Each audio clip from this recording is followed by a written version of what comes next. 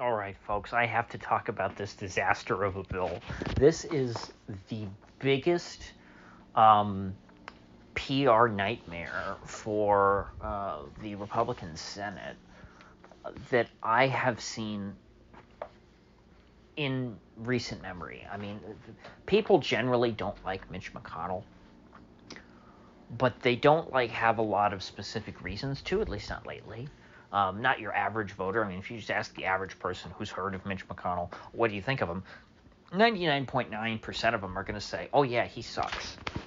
But this bill that has been crafted, in the smoke-filled back rooms of the U.S. Senate uh, is such an abomination that even the most mainstream of Republicans are having to distance themselves from it. I mean, the not so bold Speaker of the Republican House, Mike Johnson. Wait, is that his name? He's so boring that honestly forgot his name. I believe it's Mike Johnson. My God, when was I can't. I have never had trouble remembering the name of the Speaker of the House. I've always known who it was for my entire life. And this guy is so boring and milquetoast. He is Mike Pence with black hair that I actually forgot his name. So his name might not be Mike Johnson. It might be something else Johnson, because the Mike I just might be getting from Mike Pence. But anyway, even that guy immediately came out and said that no, we're not going anywhere with this bill. This bill is a betrayal of our voters. Because at a certain point, Republicans know there's only so much they can get away with stabbing their voters in the back. They can't do it so openly. They have to do it in a backhanded way. They have to pretend like they're accomplishing something when they're actually doing the opposite, when they're actually undermining the interests of their voters. And this is just a bridge too far. For one thing, this is a $60 billion bill. $40 billion of it is, I guess, going to Ukraine. 20 billion of it supposedly is going to our own border, but 2.3 billion of that is going to the subversive uh, uh, refugee NGOs who are trying to coach people and give them legal advice on how to evade deportation and try and resettle them into the interior of America so that they can disappear and just sort of blend into society and of course never show up for their court date for their faux refugee status claim. And so yeah, this could not be a more pathetic joke. Oh, and the longer, I could sit here all day and just go over all the points that is wrong with this bill, but there are plenty of people doing that. There are everything in this bill is a disaster. The more that gets read into this bill, the more awful things people find, and there's absolutely nothing good in it. And so even the Republicans have had to abandon ship fairly quickly, including um, uh, Mitch McConnell's money man, Steve Daines, who is the head of the National Republican Senatorial Committee, which is the terrible slush fund that no one should ever donate money to, that Mitch McConnell uses to control the Senate. He does it by controlling the flow of funds from the NRSC to Senate reelection campaigns. And so he uses that money to extort senators into voting however Mitch McConnell wants them to. And so even the guy in charge of that wing of Mitch McConnell's apparatus came out and said, no, not doing it with this bill. And so that tells me that Mitch himself has pulled the plug on it. And I guess they're going to scapegoat James Langford, who's the Republican senator whose name is on this so-called bipartisan bill. Now, Langford, I'm sure, would go along to get along on this bill, but I highly doubt that he had anything to do with writing it. Senators don't write bills, they just vote for them and then grandstand on television. The bills are always written by the lobbyists and the deep state. That is where the real power in America has been, going back, gosh, at least to the 1890s. And so James Langford is going to be a scapegoat. But I guess he was probably prepared for that. And so, it's not like he's any good to begin with.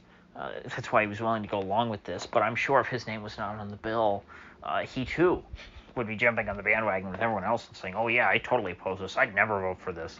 Now they see what a disaster it is. But I wonder, why are they doing this? Why release it at all? They had to know before this was public that this would be the reaction. Especially since all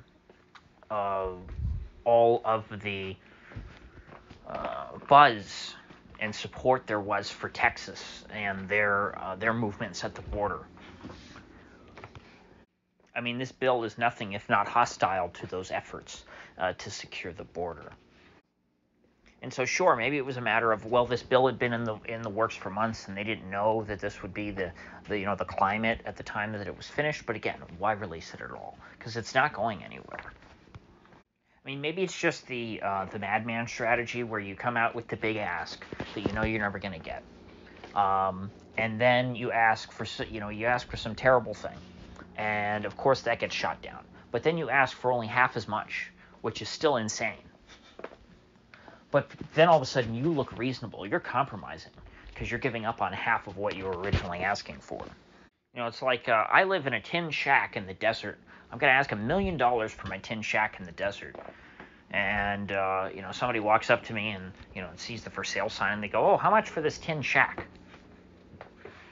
And I say $1 million. And they go, oh my God, that's crazy. Can't you come down on that at all? And you go, well, sure. $500,000. And they go, well, gee, you cut your price by 50%. That's a good deal. That's 50% off. It's that same sort of nonsense. Just like with retail stores. Retail stores mark everything up 500%, and then they'll do a 50% off sale. And so now you're only paying $500 for your Prada bag, rather than $1,000. And the cost to produce that Prada bag was like 10 cents because it was made by some young girl in a sweatshop in Malaysia with dirt floors. And so maybe that's the strategy here. They come out with this ridiculous, insane, insulting bill, and then they'll come out with something that is not quite as bad, and then everyone will go, oh, well, gee, at least it's not as bad as that first bill, that James Langford came up with. I hope that strategy doesn't work, though, because, none of this is good. And you can tell the machine is afraid. Chuck Schumer, who just looks like he's a million years old at this point. God, Chuck. He went on MSNBC, and he's going just nuts, raving about how if we don't pass this bill, Israel and Ukraine are going to lose, and Hamas is going to conquer all of the Middle East, and there's going to be a second Holocaust, and 6 million Jews will die, and Ukraine will become a part of Russia. But not before the U.S. has to send troops over there, and we're going to, invade Ukraine and push the Russians out, because we have to protect Ukraine's border, you see. And just totally unhinged, and so he's essentially, he's threatening, saying, well, if you don't pass this, it's going to get even worse. And I wonder how many people are willing to give in to that line of bullying, since I think Americans are just tired at this point.